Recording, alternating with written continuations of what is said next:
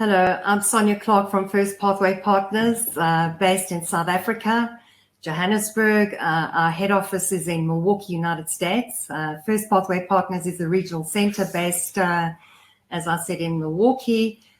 We are one of the top and biggest regional centers in the United States where we help investors with investment as well as immigration through investment as well, through the EB5 and E2 visa programs.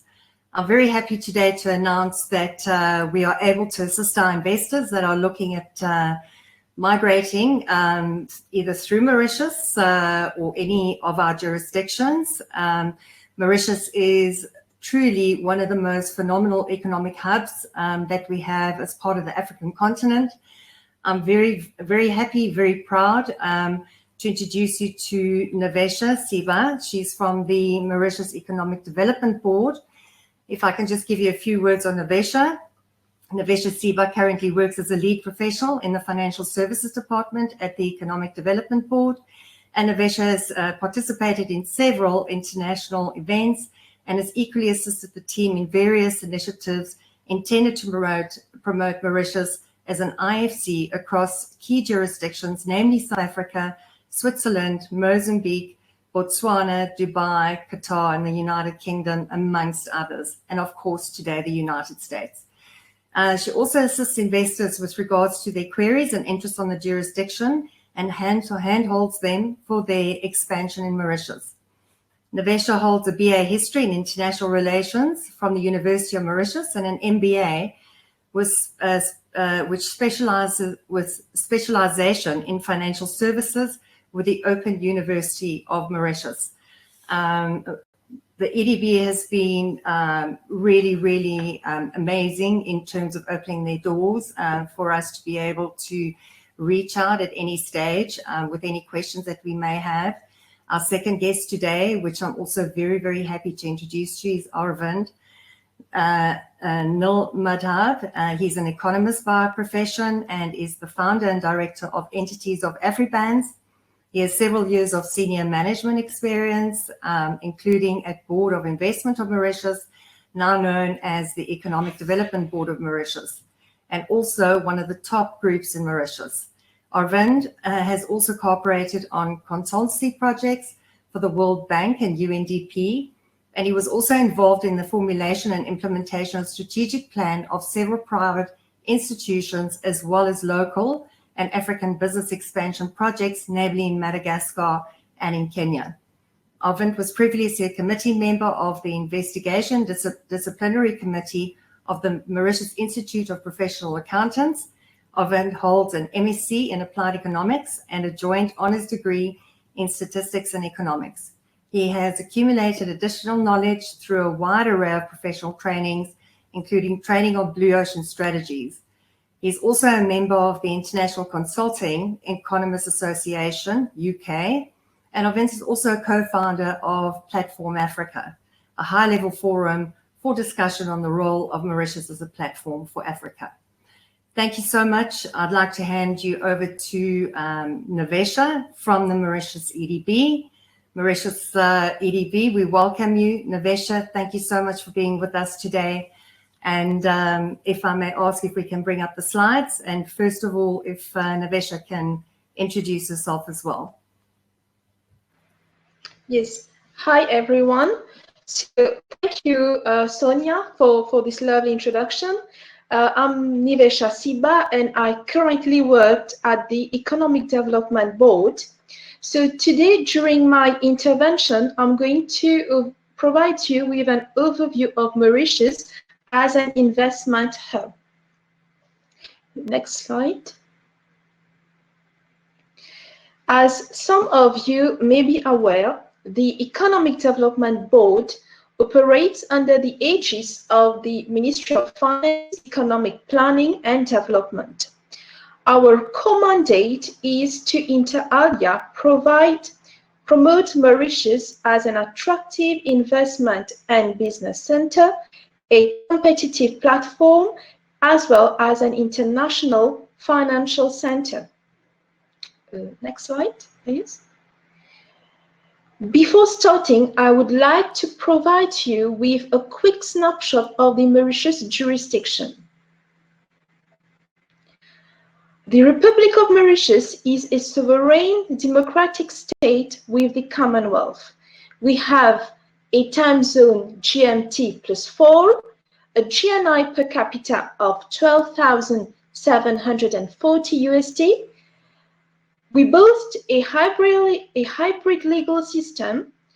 I would say it is unique in having a dual set of laws, the British common law and the French Code Napoleon.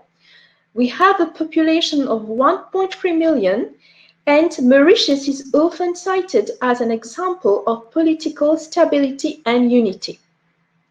Next slide, please. Over the years, the economy of Mauritius has transformed dramatically. The transition occurred when the country abandoned a mono-agricultural culture model for a more diversified, knowledge-based, innovation-driven economy supported by a wide range of activities. It is noteworthy that the country has gradually evolved into a central, regional, and international jurisdiction for investors seeking security, transparent regulation, and high added value. For reasons related to its geographical location, which allows the country to take advantage of its strategic position at the crossroads of Africa, Asia, and Australia, Mauritius is able to offer investors excellent investment opportunities, as you can see on this slide, for business in various sectors. I would cite a few of them: agri-industry, education, financial services, healthcare, hospitality, and property development, amongst others. Next slide. Next slide.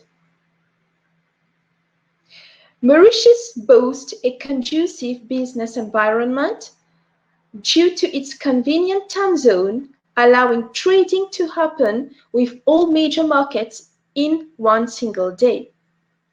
Next slide. I would also say a few of the Mauritius advantage includes incorporation of a company within 2 hours, no minimum capital requirement. We have a high bandwidth connectivity with Europe, Asia, and Africa. We have a well-developed physical infrastructure, a multilingual workforce with English and French being the main business languages, amongst others. Next slide, please. Mauritius is also party to an extensive network of bilateral treaties. As you can see on this slide, Mauritius we have a number of extensive network of investment promotion and protection agreements, IPPA, with key African countries. This allows for risk mitigation and investment protection. I would also like to add that these IPPAs not only protect investors from the risk of expropriation, but also provide protection of investments and return, as well as compensation for losses. Next slide, please. As you can see, Mauritius is a proven and tested jurisdiction by leading companies. A number of, we have the presence of big names in the jurisdiction. I would cite a few of them. We have the HSBC, the Standard Chartered Bank, the Standard Bank. We also have the presence of the Big Four in the jurisdiction.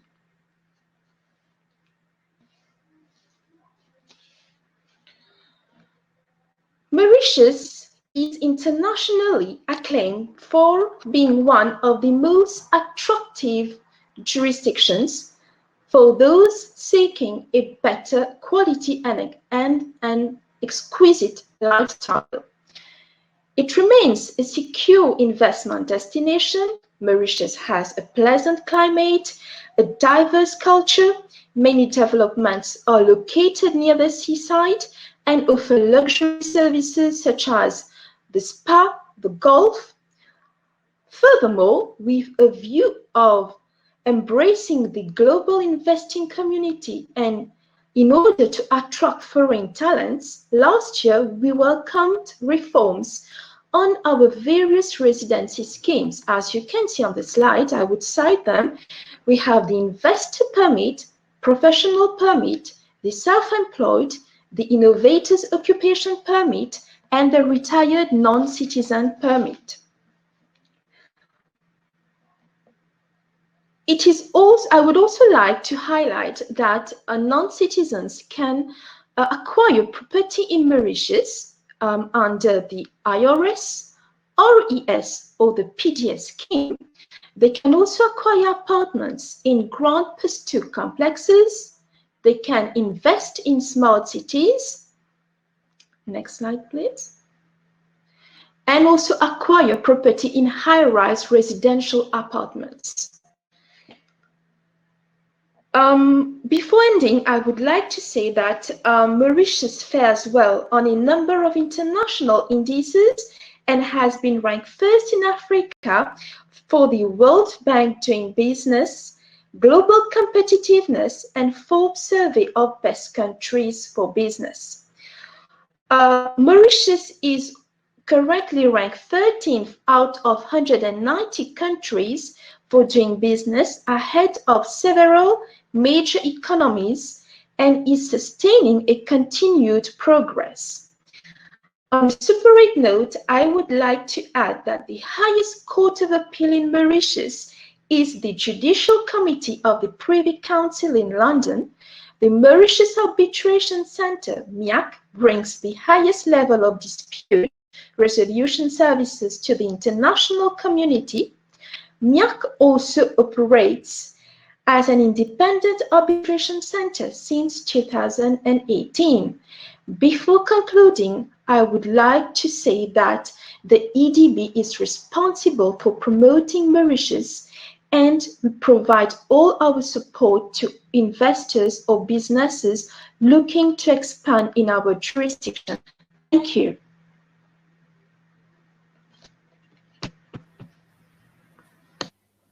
Thank you, Navesha.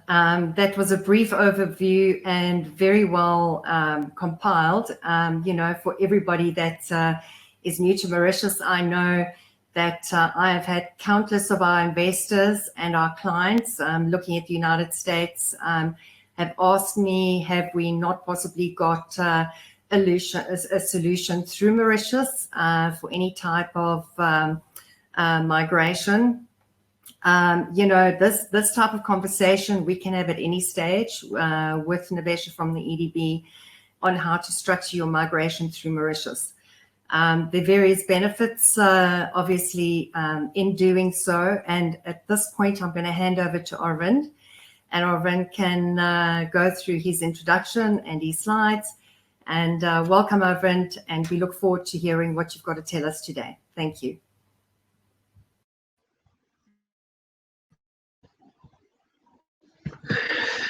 Thank you, Sonia, for this introduction. Okay, before I start, I'd like to just give a brief overview of what Navesha has said. Indeed, Mauritius is a very good, I would say, platform where you can use, structure your investment, or if you want to retire, or if you want to live here, it's the perfect place. If you go on the map, which Navesha put on the last slide, you will see that Mauritius is located strategically in the Indian Ocean. So we're like a cross through all the continents. This is like a regulator. In order, you will need a service provider, or I would say an enabler. So AfriBrains is an enabler which can help you structure your business, be it in Mauritius, or if you want to do your business in the US, but you want to structure it in South Africa, you can structure it here because we are very competitive jurisdiction.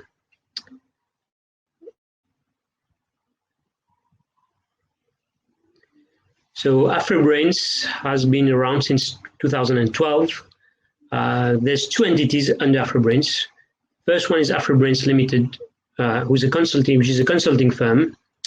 We've been around since 2012, and over 50 clients have trusted us, from private entities to foreign companies, government bodies, and NGOs as well. This year, AfriBrains Management Limited has obtained its license to operate as a management company. Basically, what a management company does is it allows the structuring of companies to do business globally. So you set up here and you do business globally. So we've put the two entities under one hat and named it AfriBrains, so that we can provide more services to our clients.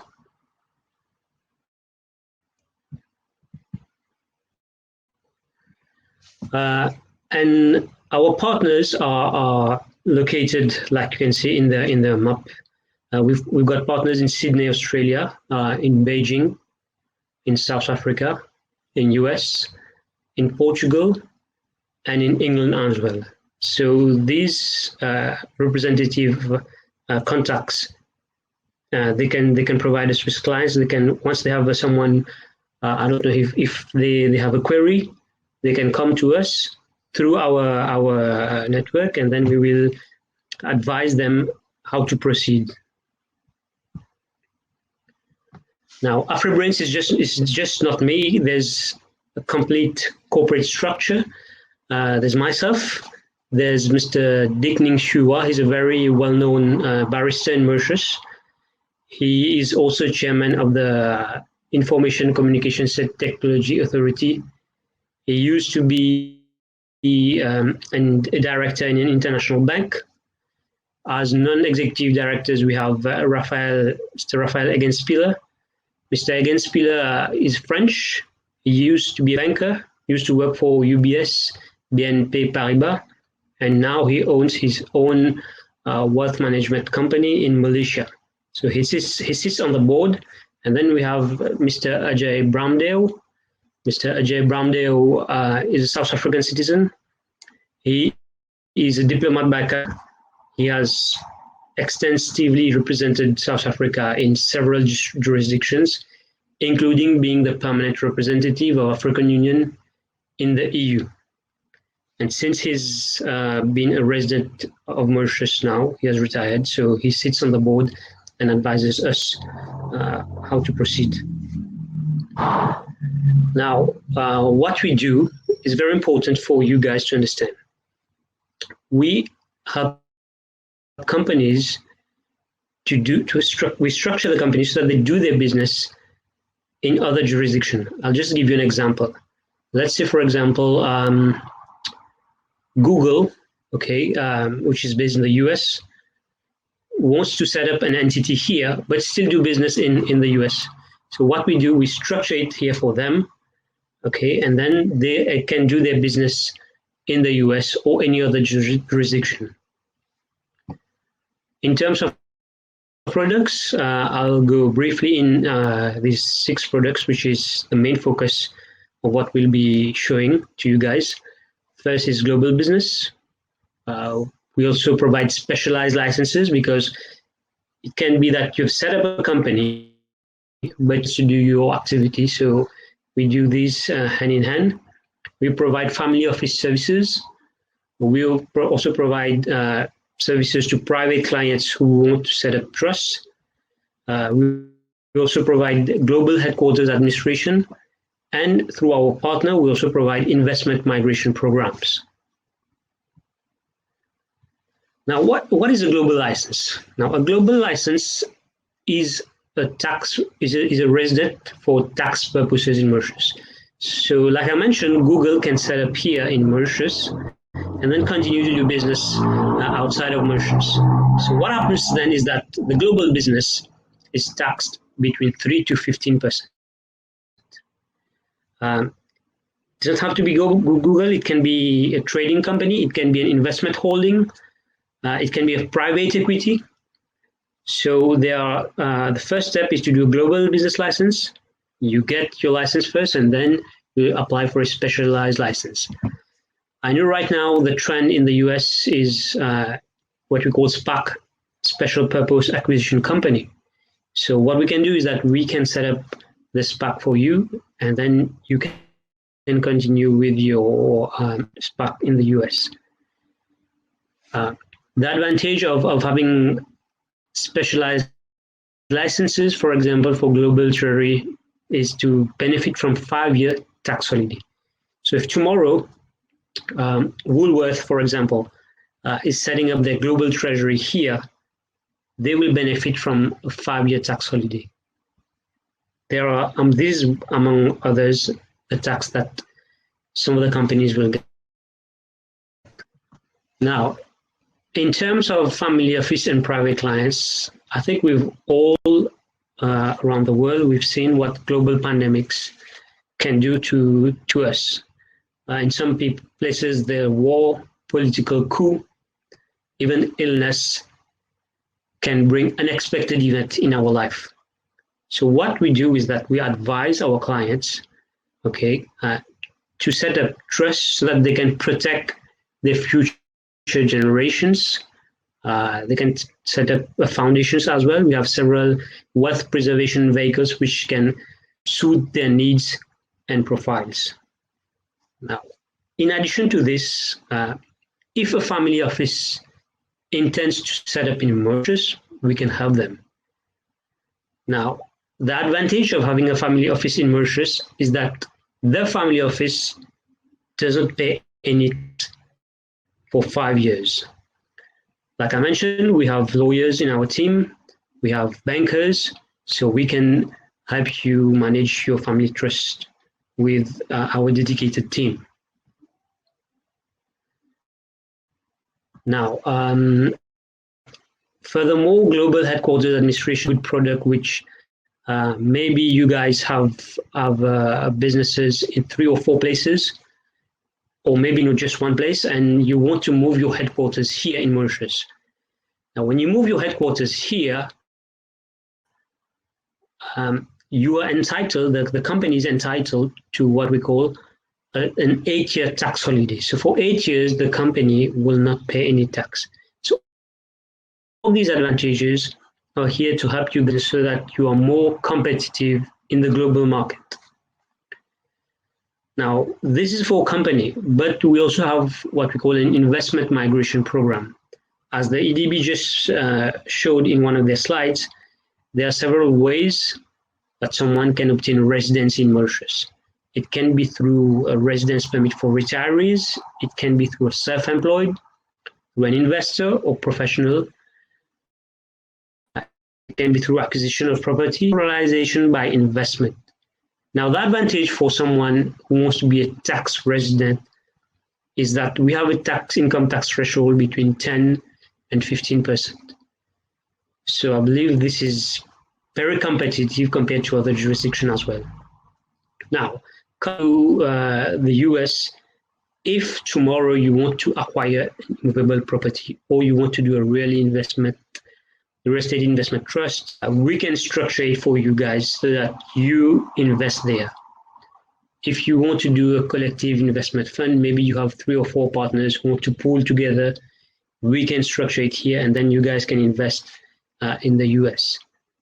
So these are the kind of services that we offer to our clients. Thank you, everyone. That's it. Thank you very much, Arvind. There's once again probably news for a lot of people. The Mauritius laws did change last year, and I think in terms of when one looks at your final destination as possibly the United States, whether it be through EB5 or E2, one can see the relaxed exchange controls, that Mauritius offers. And even if you have a waiting period in terms of EB5, before you can get to the United States, before your I-526 approval, It is a really preferred destination in terms of COVID and a COVID-friendly destination. I must say, in terms of political stability, in terms of the infection rate, in terms of, your global presence and your investment presence and your ease of moving funds in and out of Mauritius, especially when you want to invest your funds into our EB5 project, which is the Tempo by Hilton. You're welcome to give me a call and schedule a call with myself, with Nivesha or Ovind. You can go to our website, www.firstpathway.com. Look under our people. You will find me there, Sonia Clark, Regional Director, South Africa. And we can most certainly schedule an appointment, and we could see how well we could assist you and your family, or you and your business partners, in terms of moving your business interests possibly to Mauritius or opening a branch in Mauritius, just to create that global mobility and freedom that everybody is looking for. Thank you so much, everybody, for attending today. We will welcome any questions. This is a pre-recorded webinar with the EDB and AfriBrains. So any questions that you may have, please feel free to reach out to me, and we can most certainly answer as many questions as you have.